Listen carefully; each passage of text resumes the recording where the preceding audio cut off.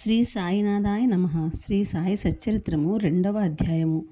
ఈ గ్రంథ రచనకు ముఖ్య కారణము గ్రంథ రచనకు పూనుకొనుటకు అసమర్థత, బాబా అభయము, వాడాలో తీవ్ర వాగ్వివాదము, హేమాడ్ పంతు అను బిరుదునకు ఒక మూల కారణము, గురువు యొక్క ఆవశ్యకత. ఈ గ్రంథ రచనకు ముఖ్య కారణము మొదటి అధ్యాయంలో గోధుమలు విసిరి ఆ పిండిని ఊరి బయట చల్లి కలరాజాడ్యమును తరిమివేసిన బాబా వింత చర్యను వర్ణించి తిని, ఇదేగాక శ్రీ సాయి యొక్క ఇతర మహిమలు విని సంతోషించి తిని, ఆ సంతోషమే నన్ను గ్రంథము వ్రాయటకు పురికొల్పినది. అదేగాక బాబాగారి వింత లీలలను చర్యలను మనస్సునకు ఆనందము కలుగుజేయును.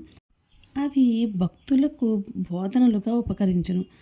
తుదకు పాపములు పోగొట్టుకును గదా అని భావించి బాబా యొక్క పవిత్ర జీవితమును, వారి బోధనలను వ్రాయ మొదలెడితిని. యోగీశ్వరుని జీవిత చరిత్ర తర్కమును న్యాయమును కాదు, అది మనకు సత్యమును ఆధ్యాత్మికమైన మార్గమును చూపును. గ్రంథ రచనకు పూనుకొనుట అసమర్థత, బాబా అభయము.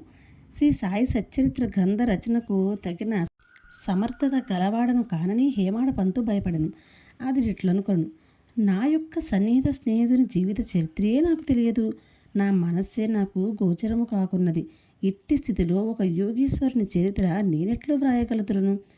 అవతార పురుషుల లక్షణముల నెట్లు వర్ణించగలను? వేదములే వారిని పొగడలేకుండెను.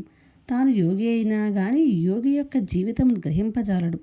అట్టిచో వారి మహిమలు నేనెట్లు కీర్తించగలను? సప్త సముద్రము లోతున గొలవవచ్చును, ఆకాశమును గుడ్డలో వేసి మూయవచ్చును, కానీ యోగీశ్వరుని చరిత్ర వ్రాయట బహు కష్టం. ఇది గొప్ప సాహసకృత్యమని నాకు కూడా తెలియను. అందువలన నలుగురిలో నవ్వుల పాలవుదునేమోనని భయపడి శ్రీ సాయీశ్వరుని అనుగ్రహం కొరకు ప్రార్థించెను. మహారాష్ట్ర దేశంలోని ప్రథమ కవియు యోగీశ్వరుడు నగు జ్ఞానేశ్వర మహారాజు యోగుల చరిత్ర రాసిన వారిని భగవంతుడు ప్రేమించని చెప్పి ఉన్నారు. ఏ భక్తులు యోగుల చరిత్రను వ్రాయ కుతూహలపడతారో వారి కోరికలు నెరవేరినట్లు, వారి గ్రంథములు కొనసాగునట్లు చేయుటకు యోగులు అనేక మార్గములను అవలంబించెదరు. యోగులే అట్టి పనికి ప్రేరేపింతురు. దానిని నెరవేర్చుటకు భక్తుని కారణమాత్రునిగా నుంచి వారి వారి కార్యములను వారే కొనసాగించుకునేదరు. 1700వ శక సంవత్సరములో మహీపతి పండితుడు యోగీశ్వరుల చరిత్రలను వ్రాయుటకు కాంక్షించెను. యోగులు అతనిని ప్రోత్సహించి ఆ కార్యమును కొనసాగించిరి. అట్లే 18వ శక సంవత్సరంలో దాసగణు యొక్క సేవను ఆమోదించిరి. మహీపతి 4 గ్రంథములను వ్రాసెను. అవి భక్త విజయము, సంత విజయము, భక్తలీలామృతము, సంతలీలామృతము అన్నవి. దాసగణు వ్రాసినవి భక్తలీలామృతము, సంత కథామృతము మాత్రమే. ఆధునిక యోగుల చరిత్రలు వీని యందు గలవు. భక్తలీలామృతంలోని 31, 32, 33 అధ్యాయములందును, సంత కథామృతంలోని 57వ అధ్యాయమందును సాయిబాబా జీవిత చరిత్రయు వారి బోధనలు చక్కగా విశదీకరింపబడినవి. ఇవి సాయిలీలా మాసపత్రిక సంపుటము 17, సంచికలు 11, 12 నందు ప్రచురితములు. చదువరులు ఈ అధ్యాయములు కూడా పఠించవలను. శ్రీ సాయిబాబా అద్భుత లీలలు బాంద్రా నివాసియగు శ్రీమతి సావిత్రిబాయి రఘునాథ్ టెండూల్కర్చే చిన్న పుస్తకములో చక్కగా వర్ణించబడినవి. దాసగణ మహారాజు గారు కూడా శ్రీ సాయి పాటలు మధురముగా వ్రాసి ఉన్నారు. గుజరాతీ భాషలో అమీదాస్ భవానీ మెహతా అను భక్తుడు శ్రీ సాయి కథలను ముద్రించినారు. సాయినాథ ప్రభ అను మాసపత్రిక షిరిడీలోని దక్షిణ భిక్ష సంస్థ వారు ప్రచురించి ఉన్నారు. ఇన్ని గ్రంథములుండగా ప్రస్తుత సచ్చరిత్ర వ్రాయుటకు కారణమేమి, దాని అవసరమేమి అని ఎవరైనాను ప్రశ్నించవచ్చును. దీనికి జవాబు మిక్కిలి తేలిక. సాయిబాబా జీవిత చరిత్ర సముద్రము వలె విశాలమైనది, లోతైనది. అందరూ దీని యందు మునిగి భక్తి జ్ఞానములను మణులను వెలికి తీసి కావలసిన వారికి పంచిపెట్టవచ్చును. శ్రీ సాయిబాబా నీతి బోధకము కథలు లీలను మిక్కిలి ఆశ్చర్యమును కలుగజేయును. అవి మనోవికలత చెందిన వారికి, విచారగ్రస్తులకు శాంతి సమకూర్చి ఆనందమును కలగజేయును. ఇహపరమునకు కావలసిన జ్ఞానమును, బుద్ధిని ఇచ్చును. వేదముల వలె రంజకములను, ఉపదేశకములను, బాబా ప్రబోధములు విని వానిని మననము చేసినచో భక్తులు వాంఛించునవి అనగా బ్రహ్మైక్యయోగము, అష్టాంగ యోగ ప్రావీణ్యము, ధ్యానానందము పొందెదరు. అందుచే బాబా లీలలను పుస్తక రూపమున వ్రాయ నిశ్చయించితిని. బాబాను సమాధికి ముందు చూడని భక్తులకు ఈ లీలలు మిగుల ఆనందము కలుగజేయును. అందుచేత బాబాగారి ఆత్మ సాక్షాత్కారము ఫలితముకు పలుకులు బోధలు సమకూర్చుటకు పూనుకొంటిని. సాయిబాబాయే ఈ కార్యమునకు నన్ను ప్రోత్సహించెను. నా అహంకారమును వారి పాదములపై నుంచి శరణంటిని. కావున నా మార్గము సవ్యమైనదనియు బాబా ఇహపర సౌఖ్యములు తప్పక దయచేయననియు నమ్మి ఉంటిని. నా అంతట నేను ఈ గ్రంథరచనకు బాబా యొక్క అనుమతిని పొందలేకుంటిని. మాధవరావు దేశపాండే ఉరఫ్ శ్యామ అనువారు బాబాకు ముఖ్య భక్తుడు. వారిని నా తరపున బాబాను ప్రార్థించమంటిని. నా తరపున బాబాతో వారిట్లనిది: ఈ అన్నాసాహెబు మీ జీవిత చరిత్రను వ్రాయ కాంక్షించుచున్నాడు. నేను భిక్షాటనంచే జీవించు ఫకీరును. నా జీవిత చరిత్ర వ్రాయని అవసరం లేదని అనవద్దు. మీరు సమ్మతించి సహాయపడినచో వారు వ్రాసెదరు, లేదా మీ కృపయే దాన్ని సిద్ధింపజేయును. మీ యొక్క అనుమతి ఆశీర్వాదము లేనిదే ఏదియూ జయప్రదము చేయలేము అని వినినంతనే శ్రీ సాయిబాబా మనస్సు కరిగి నాకు ఊది ప్రసాదం పెట్టి ఆశీర్వదించెను. మరియు శ్యామతో ఇట్లు చెప్పాను: కథలను అనుభవములను ప్రోగు చేయమను. అక్కడక్కడ కొన్ని ముఖ్య విషయములను టూకీగా వ్రాయమను. నేను సహాయము చేసేదను. వాడు నిమిత్త మాత్రుడు. నా జీవిత చరిత్ర నేనే వ్రాసి నా భక్తుల కోరికలు నెరవేర్చవలను. వాడు తన అహంకారమును విడవవలెను. దానిని నా పాదములపై పెట్టవలెను. ఎవరైతే వారి జీవితంలో ఇట్లు చేసేదరో వారికి నేను మిక్కిలి సహాయపడదను. నా జీవిత చర్యల కొరకే కాదు, సాధ్యమైనంత వరకు వారి గృహ కృత్యములందునూ తోడ్పడదను. వారి అహంకారమును పూర్తిగా పడిపోయిన పిమ్మట అది మచ్చునకు కూడా లేకుండానప్పుడు నేను వారి మనస్సులో ప్రవేశించి నా చరిత్రను నేనే వ్రాసుకుందును. నా కథలు బోధలు విన్న భక్తులకు భక్తి విశ్వాసములు కుదురును. వారు ఆత్మ సాక్షాత్కారమును బ్రహ్మానందమును పొందుదరు. నీకు తోచిన దానినే నీవు నిర్ధారణ చేయుటకు ప్రయత్నించకము. ఇతరుల అభిప్రాయములను కొట్టివేయుటకు ప్రయత్నించకము. ఏ విషయము పైనను కీడు మేలు ఎంచి వివాదము కూడదు. వివాదమనగానే నన్ను హేమాడ్ పంతు అని పిలుచుటకు కారణమేమో మీకు చెప్పేదనను వాగ్దానము జ్ఞప్తికి వచ్చినది. ఇప్పుడు దానినే మీకు చెప్పబోచున్నాను. కాకాసాహెబ్ దీక్షిత్, నానాసాహెబ్ చందోర్కర్లతో నేను ఎక్కువ స్నేహంతో ఉంటిని. వారు నన్ను షిరిడీ పోయి బాబా దర్శనం చేయమని బలవంతం చేశారు. అట్లే చేసేదనని వారికి నేను వాగ్దానం చేసేదని. ఈ మధ్యలో నేదో జరిగినది. అది నా షిరిడీ ప్రయాణం మనకు అడ్డుపడినది. లోనావాలాలో ఉన్న నా స్నేహితుని కొడుకు జబ్బుపడెను. నా స్నేహితుడు మందులు మంత్రములన్నీ ఉపయోగించెను, కానీ నిష్ఫలమయ్యాను. జబ్బు తగ్గలేదు. తుదకు వాని గురువు పిలిపించుకొని పక్కన కూర్చుని పెట్టుకొను, కానీ ప్రయోజనం లేకుండెను. ఈ సంగతి విని నా స్నేహితుని కుమారుని రక్షించలేనట్టి గురువు యొక్క ప్రయోజనమేమి? గురువు మనకు ఏమీయో సహాయం చేయలేనప్పుడు నేను షిరిడీ ఏలపోవలను అని భావించి షిరిడీ ప్రయాణం మానుకుంటుని. కానీ కానున్నది కాకమానదు. అది ఈ కింది విధముగా జరిగింది. నానాసాహెబ్ చందోర్కర్ ప్రాంతీయ రెవెన్యూ అధికారి. ఉద్యోగరీత్యా ఒకనాడు ఆయన వసయికి పర్యటనకే పోవుచుండెను. ఠాణా నుండి దాదరకు వచ్చి ఇచ్చట వసయి పోవు బండి కొరకు కనిపెట్టుకుని ఉండెను. ఈలోగా బాంద్రా లోకల్ బండి వచ్చెను. దానిలో కూర్చొని బాంద్రా వచ్చి నన్ను పిలిపించి షిరిడీ ప్రయాణమును వాయిదా వేసినందులకు నాపై కోపించెను. నానా చెప్పినది సంతోషదాయకమునకు సమ్మతముగాను ఉండెను. అందుచే నా రాత్రియే షిరిడీకి పోవ నిశ్చయించితిని. సామాన్లలో కట్టుకొని షిరిడీ బయలుదేరితిని. బాంద్రా నుండి దాదరు వెళ్ళి అచ్చట మన్మాడ్ వెళ్ళు రైలు ఎక్కవలనని అనుకుంటుని. అటులనే దాదరకు టికెట్ కొని రైలు రాగానే ఎక్కి కూర్చుంటిని. బండి ఇక బయలుదేరుదనగా మహమ్మదీయుడొకడు నేను కూర్చున్న పెట్టెలోనికి హడావిడిగా వచ్చి నా సరంజామానంతయు చూచి ఎక్కడికి పోవుచుంటివని నన్ను ప్రశ్నించెను. నా ఆలోచన వారికి చెప్పి తిని. వెంటనే అతడు దాదరు స్టేషన్లో దిగవద్దని, ఎందుకనగా మన్మాడు మెయిలు దాదర్లో ఆగదని, అదే రైలులో ఇంకనూ ముందుకు పోయి బోరీబందర్ స్టేషన్లో దిగమని నాకు సలహా చెప్పాను. ఈ చిన్న లీలయే జరగకుండానచో నేను అనుకున్న ప్రకారము ఆ మరుసటి ఉదయం షిరిడీ చేరలేకపోయేవాడను. అనేక సందేహములు కూడా కలిగి ఉండేవి. కానీ నా అదృష్టవశాత్తు అది ఇట్లు జరగలేదు.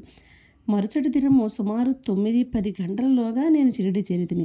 షిరిడిలో నా కొరకు కాకాసాహెబ్ దీక్షిత్ కనిపెట్టుకొని ఉండెను. ఇది 1910 ప్రాంతంలో జరిగినది. అప్పటికి సాటేవాడ ఒక్కటియే షిరిడి వచ్చి భక్తుల కొరకు నిర్మించబడి ఉండెను. టాంగా దిగిన వెంటనే బాబాను దర్శించవలనని నాకు ఆత్రము కలిగాను. అంతలో అప్పుడే మసీదు నుండి వచ్చుచున్న తాత్యా సాహెబ్ నోల్కరు బాబా వాడా చివరన ఉన్నారనియు మొట్టమొదటి ధూళి దర్శనము చేసుకొనమని నాకు సలహా ఇచ్చాను. స్నానానంతరము ఓపికగా మరల చూడవచ్చు నన్ను. ఇది వినిన తోడనే నేను పోయి బాబా పాదములు సాష్టాంగ నమస్కారము చేసి తిని నాలో ఆనందం పొంగిపొరలినది. నానా సాహెబ్ చాందోర్కర్ చెప్పిన దానికన్నా ఎన్నో రెట్లు అనుభవమైనది. నా సర్వేంద్రియంలో తృప్తి చెంది ఆకలి దప్పికలు మరచి తిని మనస్సును సంతుష్టి కలిగాను. బాబా పాదములు పట్టిన వెంటనే నా జీవితంలో గొప్ప మార్పు కలిగాను. నాకు షిరిడీ పోవలసిందని ప్రోత్సహించిన వారందరికీ నేను ఎంతో రుణపడినట్లుగా భావించి తిని వారిని నా నిజమైన స్నేహితులుగా భావించి తిని వారి రుణమును నేను తీర్చుకొనలేను. వారిని గిఫ్ట్కి తెచ్చుకొని వారికి నా మనసులో సాష్టాంగ ప్రణామం చేసి తిని నాకు తెలిసినంత వరకు సాయిబాబా దర్శనం వల్ల కలుగు చిత్రమేమన మనలోనున్న ఈ ఆలోచనలు మారిపోవును. వెనుకటి కర్మల బలము తగ్గును. క్రమముగా ప్రపంచమందు విరక్తి కలుగును. నా పూర్వజన్మ సుకృతముచే నాకు ఈ దర్శనము లభించినదనుకుంటుని. సాయిబాబాను చూచినంత మాత్రముని ఈ ప్రపంచమంతయు సాయిబాబా రూపము వహించెను. వాడాలో తీవ్ర వాగ్వివాదము. నేను షిరిడీ చేరిన మొదటి దినముననే నాకును బాలాసాహెబ్ భాటేకును గురువు యొక్క ఆవశ్యకతను గూర్చి గొప్ప వాగ్వివాదము జరిగిన. మన స్వేచ్ఛను విడిచి ఇంకొకరికి ఎందుకు లొంగి ఉండవాలని నేను వాదించితిని. మన కర్మలను మనమే చేయుటకు గురువు యొక్క ఆవశ్యకత ఏమి? తనంతట తానే కృషి చేసి మిక్కిలి యత్నముతో ఈ జన్మ దుఃఖము నుండి తప్పించుకొనవలను. ఏమీ చేయక సోమరిగా కూర్చున్న వానికి గురువేమి చేయగలడు అని నేను స్వేచ్ఛ పక్షమును ఆశ్రయించి తిని భాటే ఇంకొక వాదమును పట్టుకొని ప్రారంధము తరపున వాదించను. కానున్నది కాకమానదు. మహనీయులు కూడా ఈ విషయంలో నోడిపోయేది. మనుజుడొకటి తలంచిన భగవంతుడు వేరొకటి తలంచను. నీ తెలివితేటలను అటుండనిమ్ము. గర్వము కానీ అహంకారము కానీ మీకు తోడ్పడవు అనను. ఈ వాదన 1 గంట వరకు జరిగాను. కానీ ఇతమిత్తము ఏమీ తేరలేదు. అలసిపోవడిచే ఘర్షణ మానుకుంటుమి. ఈ ఘర్షణ వల్ల నా మనశ్శాంతి తప్పినది. దేహాత్మ బుద్ధి అహంకారము లేకున్నచో వివాదమునకు తావులేదని గ్రహించి తిని. 1000 ఏళ్ల వివాదమునకు మూల కారణం అహంకారము. ఇతరులతో కూడా మేము మసీదునకు పోగా బాబా కాకాను పిలిచి ఇట్లడిగాను, వాడాలో ఏమి జరిగినది? ఏమిటా వివాదము? అది దేన్ని గూర్చి? ఈ హేమాడ పంతు ఏమనుచున్నాడు? ఈ మాటలు విని నేను ఆశ్చర్యపడితిని. సాటేవాడ మసీదునకు చాలా దూరంగా ఉన్నది. మా వివాదము గూర్చి బాబాకి ఎట్లు తెలిసెను? అతడు సర్వజ్ఞుడై ఉండవలెను. లేనిచో మా వాదనను ఎట్లు గ్రహించును? బాబా మన అంతరాత్మపై ఆయన అధికారి అయి ఉండవచ్చును. హేమాడ పంతు అను బిరుదునకు మూల కారణము.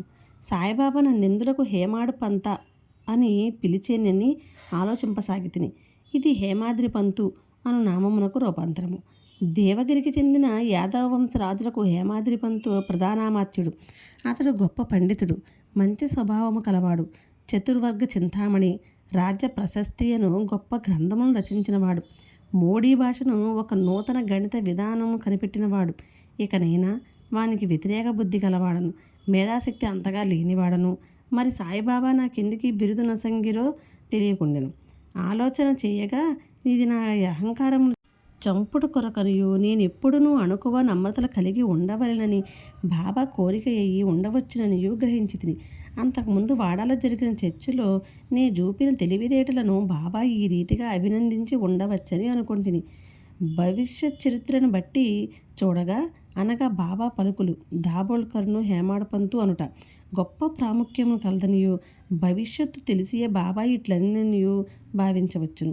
ఏలయనగా హేమాడ పంతు శ్రీ సాయిబాబా సంస్థానమును చక్కగా చాకచక్యముతో నడిపాను.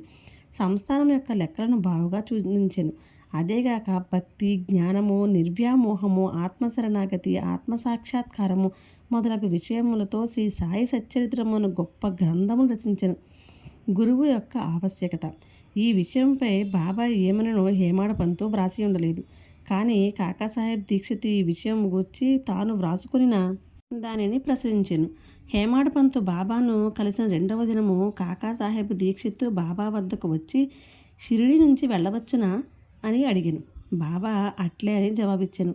ఎక్కడకు అని ఎవరు అడగగా చాలా పైకి అని బాబా చెప్పాను. మార్గమేది అని దీక్షిత్ అడిగాను. అక్కడకు పోవుటకు అనేక మార్గములు కలవు. షిరిడి నుంచి కూడా ఒక మార్గము కలదు. మార్గము ప్రయాసకరమైనది. మార్గ మధ్యమున్న అడవిలో పులులు, తోడేళ్లు కలవని బాబా బదులెడను. మార్గదర్శకుని వెంట తీసుకొని పోయినచో అని కాకాసాహెబ్ అడగగా, అట్లయితే కష్టమే లేదు అని జవాబిచ్చాను. మార్గదర్శకుడు తిన్నగా గమ్యస్థానము చేర్చును. మార్గమధ్యమునున్న తోడేళ్ళు, పులులు, గోతుల నుండి తప్పించును. మార్గదర్శకుడే లేనిచో అడవి మృగములచే చంపబడవచ్చును, లేదా దారి తప్పి గుంటలలో పడిపోవచ్చునను. మసీదులో అప్పుడు అచ్చటయ్యున్న దాబోల్కరు తన ప్రశ్నకదియే తగిన సమాధానమని గుర్తించెను. వేదాంత విషయములలో మానవుడు స్వేచ్ఛాపరుడా కాడాయను వివాదము వలన ప్రయోజనము లేదని గ్రహించెను. పరమార్థము నిజముగా గురుబోధ వలనే చిక్కుననియు, రామకృష్ణులు తమ గురువులైన వశిష్ఠ సాందీపులకు లొంగి ఎణకువలతో నుండి ఆత్మసాక్షాత్కారమును పొందిరనియు, దానిని దృఢమైన నమ్మకము, నిష్ఠ, ఓపిక అనగా సబూరి అను 2 గుణములను ఆవశ్యకమనియు గ్రహించెను. 2వ అధ్యాయము సంపూర్ణము. సద్గురు శ్రీ సాయినాథార్పణమస్తు. శుభం భవతు.